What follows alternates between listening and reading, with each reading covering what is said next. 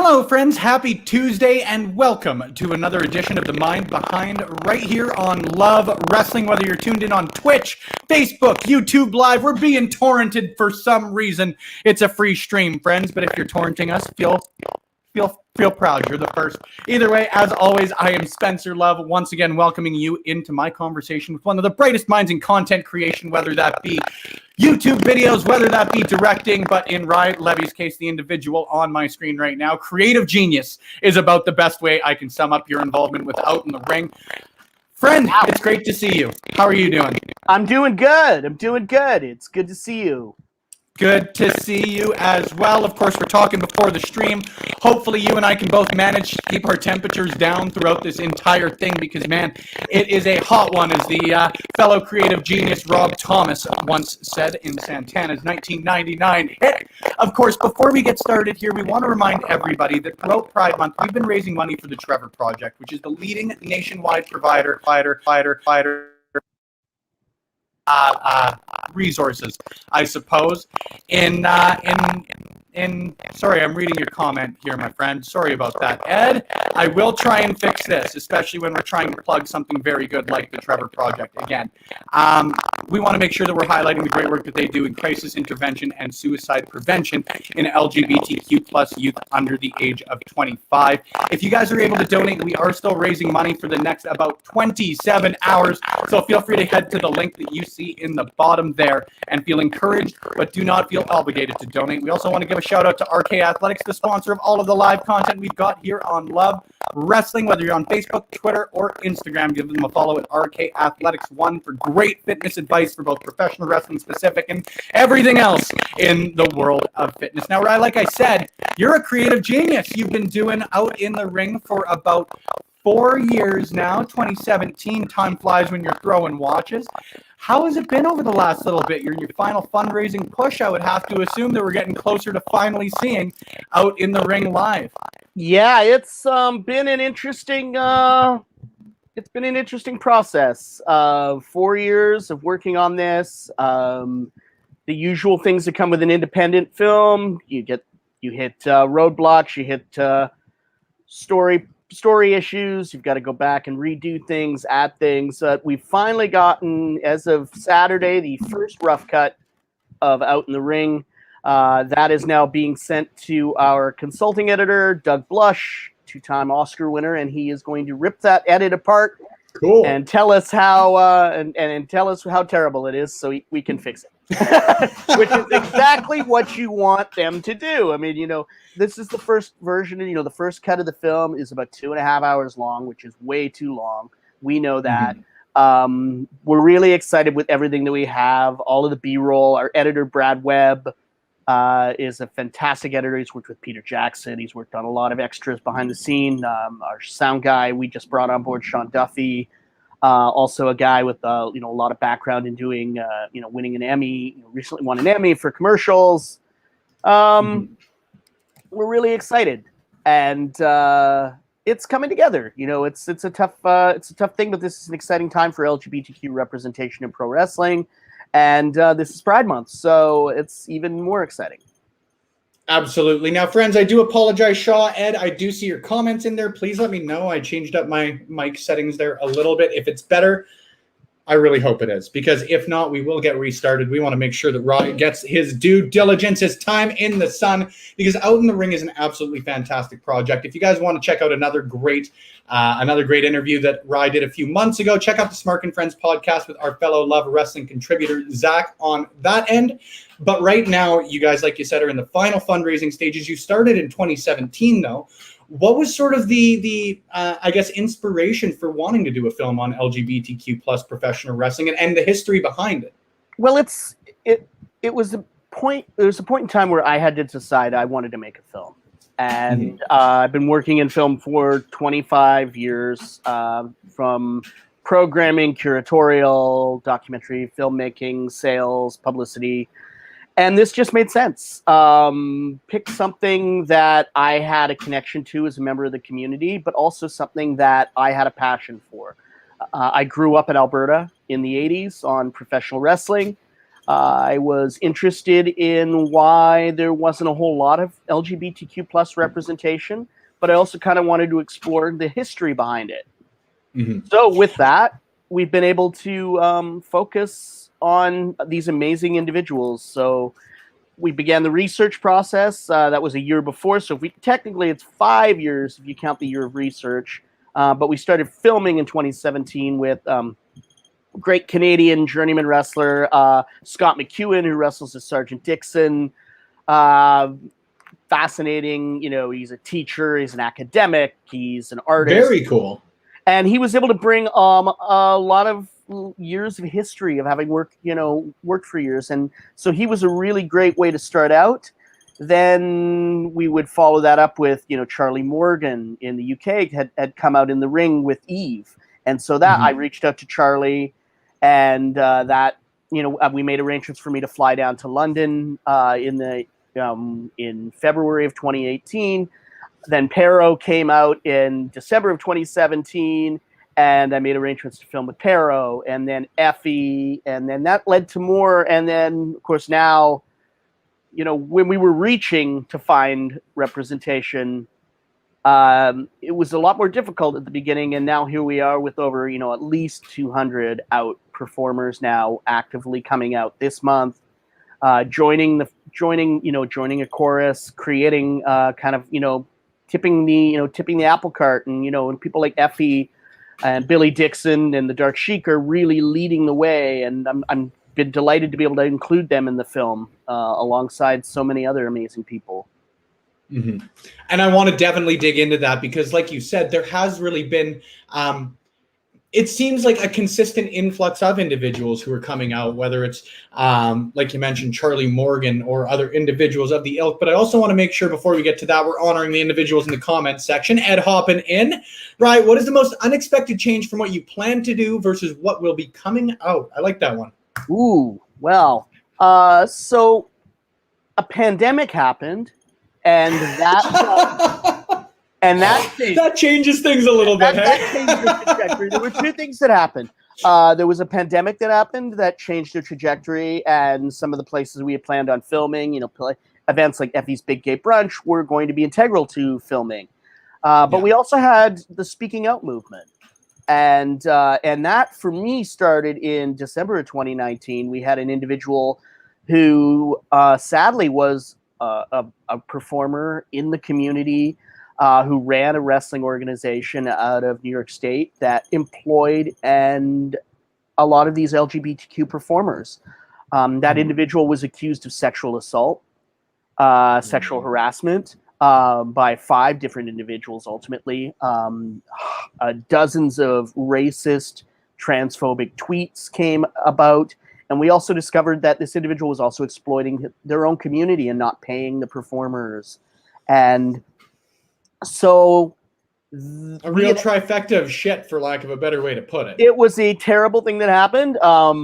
What came about was we had to remove this individual. We had to remove, we were able to salvage the interviews from behind the scene, but we were not able to now focus on that organization as an example of an LGBTQ plus wrestling promotion. So we needed to find another one. As luck seemed to have it, in November, Iggy Madness Mendoza, who runs Pride Championship Wrestling out of San Antonio, had reached out and said, I wish I'd met you before. And I was able to say, well, we've had this unfortunate thing happen, but we need another organization.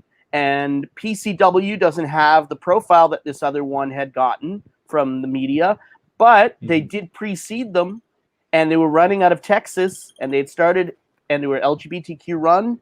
And so we were able to shift and film with them. And we basically put them in place. And then once we'd interviewed the Dark Sheik in May of 2020, Hood Slam made sense. And so many of the performers there being members of the community, being, pansexual, trans, non-binary, lesbian, and gay, it was important. And you had a trans Persian woman running a major wrestling promotion, and the Dark Sheik is, without a doubt, one of the finest professional wrestlers on the independent wrestling circuit.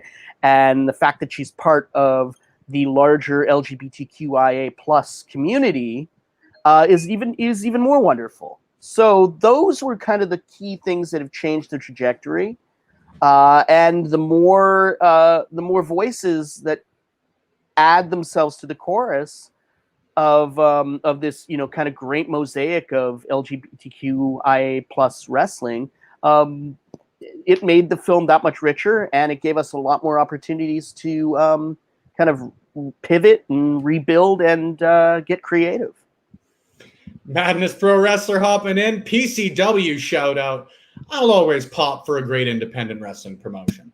And Madness is fantastic. He's a wonderful human being, and we're able to highlight them and focus a little bit on them in kind of the process of the larger scheme of things. As the case is with any film that edits, I mean, this film is probably going to be anywhere between around 90 minutes to 100 minutes. So, we don't get to have everything that we want in the film, and not as much in the film once you assemble it. So it's, and we've had to cut some people. I mean, we've had to trim and, kind of change the stories and the trajectories, because there's such a rich history that goes back to the 1940s in terms of representation to today's current, explosion of LGBTQ representation, primarily on the independent circuit. But, we're starting to see the beginnings of representation on cards at the WWE level, and certainly at the AEW and NWA levels as well. That's got to be one of the most fascinating parts for me is, it's pretty easy to see. Again, there's been the explosion of LGBTQ plus professional wrestlers that are coming out. But the fact that you guys are going as far back as the 40s and 50s and 60s is so cool for me. And I obviously don't want you to have to give away your movie on a live stream here, Rye, but maybe just give us a little bit on that, because it was really, really cool for me to hear you get into that with Zach. And I'm sure there would be other people interested in an elevator pitch, I suppose. There's got to be a better way for me to put that, but an elevator pitch, I suppose, of the early history of the representation. Well, I mean, we go back to the 1940s, and we talk about the fact that it was an American named Dizzy Davis who wrestled as Gardenia Davis, who created the Exotico gimmick in Mexico, and then decided when coming back to the United States that he would pass that along. He didn't want to carry that gimmick along, and that gimmick would get handed along with permission to George Wagner, who would become Gorgeous George. This, that obviously is representation of, the straight community representing what an LGBTQ plus person would have been, what a gay man would have been, effeminate, kind of a hierarchy, superiority, playing a good villain, a heel. But we had people like Jim Barnett in the 1960s, an openly gay man who was at the top of the promotions game. You had people like Pat Patterson, Susan Tex Green, who was trained by Joe Blanchard. So, they come about in the 1960s. But now we've discovered so many other women that were living in the closet that have since come out, or many have passed away. And so there's a long history that goes from kind of the representation to those coming out of the closet to those who maintained a space in the closet. A lot of these people were out to their colleagues, but were what we call hiding in plain sight. It's a term Bertrand Hébert, Pat Patterson's biographer, who would reference is, people knew that Pat Patterson had his partner Louie, and that they were together, and there was a relationship. And Susan Green had, stories of being with Pat Patterson, and being together and hanging out and coming of age. So these stories are very rich. Some of them are sad. Some of them are tragic. We know some of those tragic stories. I mean, some people, Chris Colt is a lesser known story in the 1960s and 70s that, is a fairly tragic story, but an important one because he's a figure who was out during his entire wrestling career. And a lot of people don't know about him. And then we have the more recognizable ones, obviously Joni Lauer's story, China. has been recently in the news with the documentary coming out, and Chris Canyon. But there's so many other that have, so many others who have stories of triumph and overcoming, issues around, wrestling has a history of, of early death and people struggling with mental health and addiction. And a lot of these issues are related directly to the treatment of LGBTQIA plus performers in sports entertainment. Yeah. Hopping in with the real Canadian Goose, and it is a hard pivot, but it is a question I always love that he asks. Have you ever had the itch to don the tights and become a performer yourself? 25 years ago, if I were 25 years younger now, I might consider it today and might try it. Because, when I was watching wrestling, I mean, there was a few guys that were smaller, that were a little diminutive, but they were still pretty muscular. I mean, guys like, Tom Billington, Benoit, Basarab, and you're speaking my language, friend. And those guys, I mean, I grew up in Edmonton and Stampede Wrestling, I mean, every 2 weeks at the Northlands Agricom, that was my, got on the bus, went downtown, went to see a movie at the Eaton Center, and and then go for some good old-fashioned Stampede Wrestling. Yeah, absolutely. Batten down the hatches, lock the doors. Whaling. How can you not do that? So, for me, I mean, but, two of my favorite were two of the more effeminate wrestlers in that, in Stampede in the 80s. I mean, I loved Rip Rogers, and I totally loved Goldie Rogers. And, I remember, Goldie Rogers, I remember seeing as a kid, and then, when I moved back to Ontario, I remember getting into a taxi in Port Hope, Ontario, and my taxi driver was Goldie Rogers. So, no way. Before he passed away, he was driving cab in Port Hope, and he'd had like articles in the back of the cab to tell people who he was. So my taxi turns around pretty often. Hey, it's me. I went, "You're Goldie Rogers." I remember, because and some people knew him from Maple Leaf Wrestling as well, because he worked shows there. But wrestling for me is it's something I've always loved. It was something that always kind of in a dark place. Not always an easy childhood. It was something that I could kind of lose myself in and watch, and and it excited me, and it brought me it gave me an opportunity and a hobby to really get to. So to be able to marry my community to this story and tell the stories of these amazing performers is incredibly important. As for getting on donning the tights, we've jokingly said that well, first off, I've got to get in shape, that I might do something as just kind of a thing with the promotion of the movie. I'm going to lean to not doing that, because I probably will break my neck or something if I even try. But that doesn't mean that, there won't be something that I can't do, maybe to tie in with our film. So who knows? You never know. I love it. And Madness hopping back in as well. Thank you for hopping into the chat today, friend. You could be a manager. You've got the gift of gab. I wouldn't disagree there. Is there maybe any I tried to make an out in the ring pun, but I struggled. Is there anything maybe outside of the ring that you would want to do? Managing wouldn't be so bad. I mean, you never know. You never know. I mean, it's but again, ultimately, I'm a filmmaker who is, I'm a publicist as well. So there's so many other things I'm doing in film. My goal is to get the film seen. My goal is to find a way to, make up, I mean, most of this film has been crowdfunded, and the majority of it has come out of pocket. I mean, I'm over $75,000 out of my own pocket in this, and then we've raised whatever we can to try to keep it, keep it going. And, it's, film is not a cheap, it's not a hobby, and it's not a cheap thing to do. I mean, even though we're on the lower end of the spectrum in terms of a budget, it's still coming in at we're still going to be over 150,000 when we finish the film. And so the goal is to be able to, make myself whole again, at least get some of that back, but also to make sure that the film gets seen so that people can hear the stories of Pero and it's in and ultimately get on to telling another story. I mean, whether that ends up in the wrestling space, I won't know. But it's certainly going to be in the LGBTQ plus space.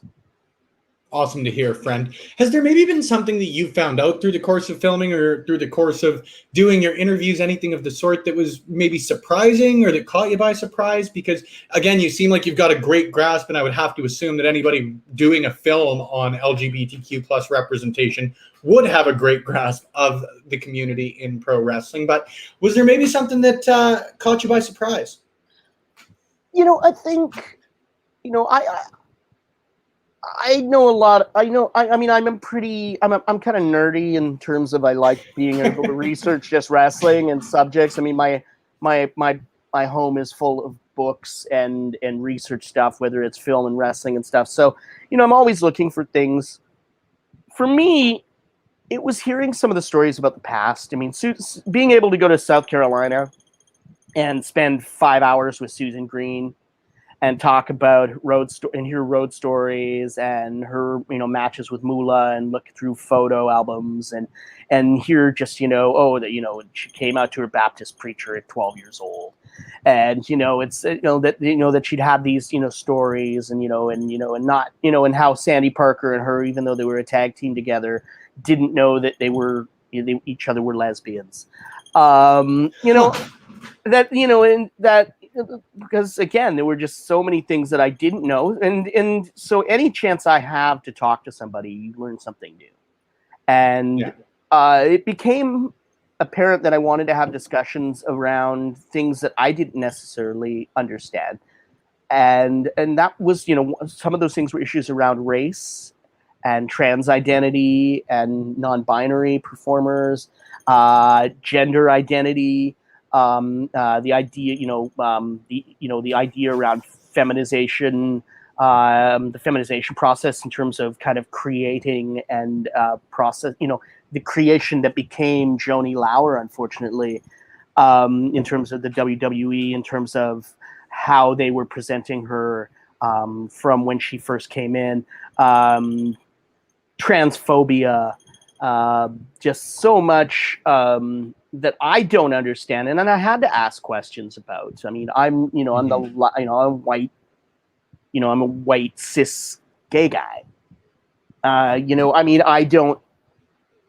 If this were just a film on performers from the African American community, that's not my story to tell. I'm telling an overview, and even then, I was very conscious of making sure that this didn't become a film about only a segment of the community, that we tried to be as inclusive as possible, that we tried to show the diversity, and we tried to, and when, if it wasn't able to be covered in our interviews, in our breadth of interview subjects, that we did bring into it the opportunity to showcase with clips and discuss other performers and highlight performers. I want to make sure that, I want Maxie and Impaler on screen. I want them on screen.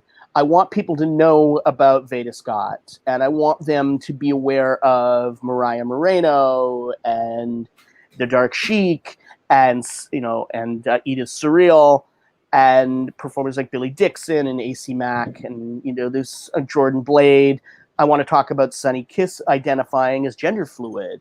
The Nyla Rose. I mean, as a trans indigenous woman, I mean, that's a huge voice that nobody has heard from. That's a hugely important thing. She's multiracial and trans and an amazing woman. And it's so, all of these individuals in the world of wrestling, people know who they are.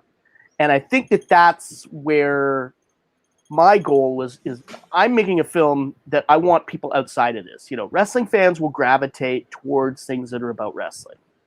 The idea is to make a film that somebody outside of wrestling can watch. People watch, Beyond the Mat. Why do they watch Beyond the Mat? Why do they watch Lipstick and Dynamite? They watch those at film festivals, and people will hear those stories. It won't necessarily be that they're interested in wrestling, but maybe they're interested in learning about something new. And I think Yeah. that these individuals are of such great significance and importance, and that what they're doing is as important and groundbreaking as an activist in a queer activist in rock and roll, a trans activist in politics, an African American activist currently, addressing the issues around the Black Lives Matter movement. So we're just doing it through a different lens, and Yeah. that lens just happens to be in pro wrestling, independent and otherwise. Yeah. It was certainly something it was going to sorry, I was echoing on mine. I was going to ask you about, though, like when the 90s came around and the Attitude Era was in full force. You mentioned a couple of names there, even when you're talking about China, but what was representation like for you at that point? Because looking again as like a straight white cis dude, on the surface, it doesn't appear to be the most complimentary, and it doesn't appear to be the best representation at points, right? But what was your experience like with that? Well, for me, I mean, if I had to, the '90s was a scary time for a lot of people because there was so much homophobia, and there was so much. Transphobia as well. I mean, was there? I mean, unearthing. There were things that I'd forgotten about. I mean, obviously, I didn't forget things like listen, and I will say this, and I will defend them. And there are people who still are never going to believe that he didn't commit any crimes. But Pat Patterson was taken, was lumped in with a lot of really terrible people like Terry Garvin and Mel Phillips in the '90s sex scandal. One of the things I was adamant about was taking that time to do that research, because if I had any doubt that Pat Patterson was there and that there was a severe cover up in that way, I wouldn't have pursued Pat's story. And it took a lot of talking to different people. It took a lot of research. And one of the things we were able to do was discredit, with their own words, people who had said things about Pat Patterson. Nobody's saying Pat was an innocent human being. Nobody says that Pat wasn't a randy, kind of, one of the boys making comments, probably saying things that he shouldn't have said. But did he sexually assault young ring boys? No, he was accused of it by people like Billy Graham, who then recanted that in his own book after accusing Pat Patterson of saying he saw him, and then he blames it on Halcyon in his book. So we do include those pieces, and then we wanted to make sure that people understood that Pat Patterson, by hiding in plain sight, Pat Patterson was able to be an easy victim. He's an easy target because the general public he hadn't spoken those words. He'd never said it. People knew. And it was easy for somebody like Murray Hodgson to say, Pat Patterson did this to me, because Pat Patterson wasn't out. We are able to now confirm that what Murray Hodgson said wasn't true. And we include these things in the film. We make sure that we include these things so people understand what happened to Pat in his journey. The amount of what was done to Joni Lauer in terms of her being shamed in a way for her physical appearance, for having muscles, for not being to the idea that Joni, listen, being proud of being trans is important, and everybody has that way, but Joni wasn't trans and had become a victim of significant transphobia, and they even put her directly in transphobic storylines with Mark Henry, and vomiting, because he touched a woman. All the way through to Billy and Chuck. But there's a long history to this, and it still happens. I mean, it was still happening in 2012. I mean, with Orlando Jordan as a bisexual being dropped to the floor at an Impact show between a man and a woman as a polyamorous bisexual who has to have one of each in this kind of very predatory way. We don't behave these ways anymore. This idea that, woke culture is hurting us is that, no, that's not, it's called humanity. And there are things that we don't do anymore. And there are ways to be, respectful without, going into, kind. or it's just kind. Kindness. I mean, human kindness at the end of the day. I mean, when people say that they don't like calling somebody they, them, or she, her, he, him, listen, if my name was Bob and you kept calling me Maiko, John, eventually I'm going to say, hey, listen, my name is this. Out of respect for any person, you just call them what they want to be called. And that's just called human kindness. And just like, that's stuff you're taught as a child. Perfectly put, Rye. Very, very well put. Of course, we are running low here on time. So, friends, if you want to get comments in for the creative mind behind, see, I worked the show name in there, you guys. Please feel free to throw your comments in because, of course, we only get so many opportunities to have great individuals on here. Luckily, we're hitting 1,000 so far, and luckily, we'll hopefully have Rye back on sooner rather than later. I said Rye back. Oh, sorry. I probably weigh as much as him right now. I mean, it's been a rough pandemic, but for him or you? He seems to be okay, I guess. Well, I apologize, friends. We have a strict no Ryback policy here on Love Wrestling, and I have sullied that completely by accident and kind of hilariously, but we do apologize. So again, if you have questions for Rye Levey, of course, the creative genius behind Out in the Ring, feel free to throw them in there. Other than that, though, Rye, please feel free to let people know not only where they can keep track of you on social media, but if there's an expected release date or where they can stay tuned for updates and when the film will be coming out. Well, where can they do so? Well, I'm sorry, I have to laugh at this first. Feed me more mind behind. Well played. But sorry about that, Ryan. I had to interrupt with that one. Absolutely. Friend. Feel free, though. Update the friends where they can keep track of you. Well, one of the places we do a lot of them, we do a lot of outreach and communication is on Twitter. We're at Out in the Ring. On Facebook, we're at facebook.com/outinthering. And you can find out more about that. On Instagram, we're at Out in the Ring Doc. And you'll also be able to find out on all of those social media platforms. We're in the final couple of days of some crowdfunding. And we've done a few rounds of crowdfunding to varying levels of success. We're really hoping we can get a couple of, in the last 2 days, hoping we can get a few more dollars in there. We get to keep everything we raise on the platform that we're using, so it's not an all or nothing. We didn't feel like an all or nothing would benefit us. We needed to make sure that we got the dollars as they came in, and we were able to use them, and that's allowed us to pay the editors. It's allowed us to make sure that we keep the sound man happy and working. That we could continue. That when we've had to a couple of times go back and we've had to shoot new interviews.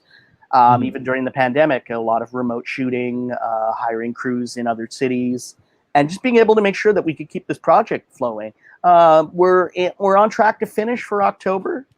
My guess is the premiere will be early 2022, unless something comes up earlier. That's a bigger festival, and we decide to take that. I mean, that's ultimately the goal here, and then see where everything goes. There's all kinds of things that come with making a film like this, and strategies and ways that it gets out there. And I just want to be able to show it to an audience and have these amazing wrestlers like, Pero and Effie and Jordan Blade and Danny Jordan and Susan Green and Sonny Kiss and everybody, AC Mack and Dark Sheik.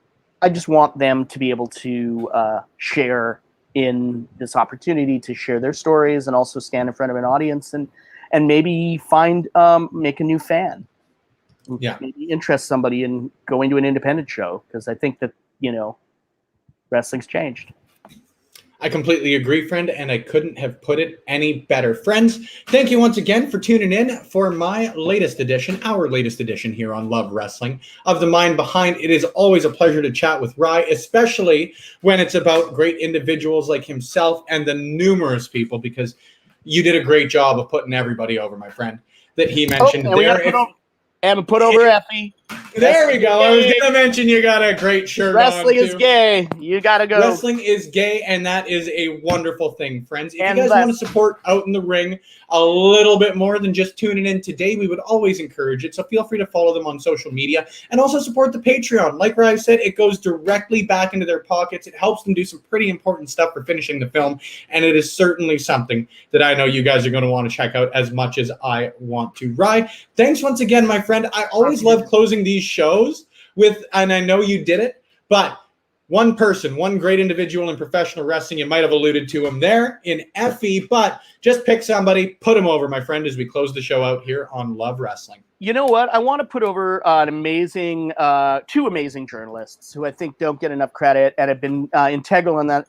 One of them is Eric Shorey of The Nobodies. You can find them on YouTube at The Nobodies. Eric is an amazing writer. He's got a new article that's going to be coming out with an interview with Mike Perro that'll be up online. And then there's also Brian Bell with Outsports and LGBTQ in the Ring. Both of those individuals have done so much to elevate and provide a platform for LGBTQIA plus performers. They've been an ally of mine in this project, and I would just love for people to learn more about Eric Shorey and Brian Bell. Excellent. I absolutely love closing it out on a positive note, as though we could have closed it out anywhere in this show, and it would have been a positive note, friend, because it's always great to chat with you, whether it's here, whether it's online, anything in between, my friend. Now, we mentioned Perro a couple of times. We're going to be back a little bit later on here tonight on Love Wrestling. I specifically won't, nor will Rye, though he has been on Power Out before. Zach Ralph and Ian Abel of the Ian Abel Band are going to be back right immediately following NXT. They're going to be chatting all things NWA Power again right here on Twitch, Facebook, and YouTube. If you guys want to tune into that, feel free to give us a follow everywhere that videos are played, podcasts are listened to, or articles are written. We can be found at Love Wrestling CA. And of course, we want to close it out by saying if you've got the opportunity to not only support Out in the Ring, but you want to throw a little bit of love to us here at Love Wrestling, the link you see scrolling across the bottom, donate.tiltify.com/@LoveWrestlingCA /Trevor Project is the link for you guys to be able to donate, put some funds towards the Trevor Project, which we mentioned off the start of the show, but my audio was having issues, so I'm happy to describe the great work that they do in crisis intervention and suicide prevention in LGBTQIA plus youth under 25. It is certainly something that if you're not able to financially donate, that is totally understandable, but please feel free to share the link out. We're trying to get to our goal of $3,000. It's certainly lofty, but our initial goal was 1,000 and we hit it. And our second goal was 2,000 and we hit it. So if we can make that final push, every dollar helps us towards that. And if you want to head to the link below, that is the way to do so. Now, if you're tuned in on Twitch, I know I've plugged a lot of stuff about great people and great professional wrestling. We're going to go watch some great professional wrestling with a great individual. We're heading to raid Big Ben is Angry. But if you guys are tuned in on Facebook or YouTube, that is it for you here on the episode. Want to shout this one out, and I saw her earlier, but you look good, Rye. I couldn't agree more with Sean Smith. You look good. It was great having you on here. You're a 10 out of 10 guest and a 12 out of 10 individual. Thanks once again, Rye, and thank you guys once again for tuning into The Mind Behind. Here's the music, and we'll see you over on Ben's channel.